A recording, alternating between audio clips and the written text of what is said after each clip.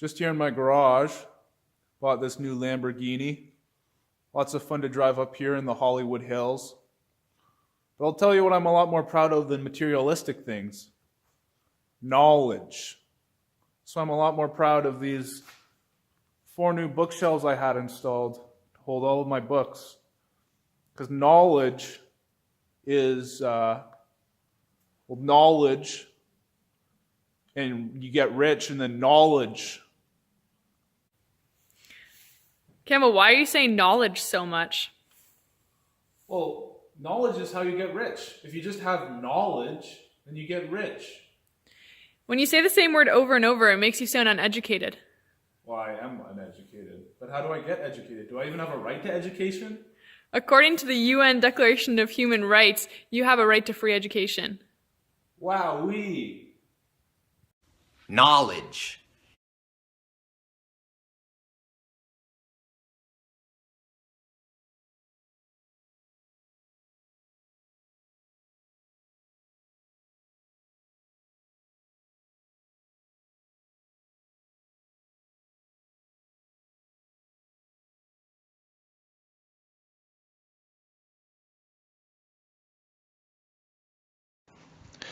Education is a very important issue in international law.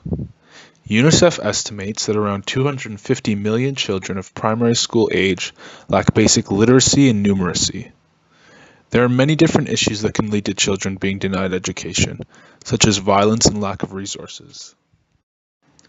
Lack of access to education is an issue that disproportionately affects young girls due to things like gender-based violence, child marriage, and cultural biases. There are several ways in which international law seeks to address this issue, some of which are gender-specific. One of the most important is in the UN Declaration of Human Rights. In Article 26, subsection 1, it states that education should be free at the elementary and fundamental levels, and that higher education should be available on the basis of merit. Although this document is not legally binding, it is significant. Since 1948, when this document was first established, there have been many different treaties guaranteeing this right. Some of these include the International Covenant on Economic, Social, and Cultural Rights, the Convention on the Rights of the Child, and the Convention on the Elimination of All Forms of Discrimination against Women. Just because these conventions exist, it does not mean they are always implemented properly.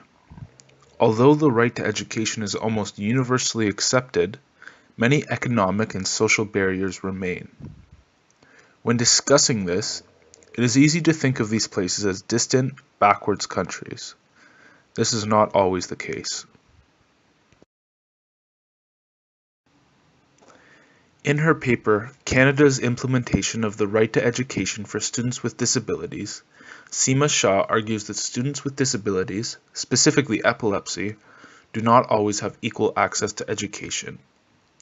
This is contrary to what is laid out in the Declaration of Human Rights. This demonstrates that although theoretically accepted, this right is not always implemented as well as it could be. A key part of many of these conventions and treaties are complaint and monitoring mechanisms. They serve to ensure that these concepts are being implemented. The complaint mechanisms allow individuals to submit complaints about specific violations of these documents.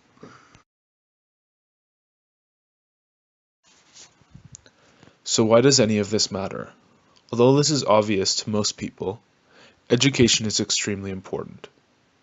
It generally leads to people leading happier, healthier lives.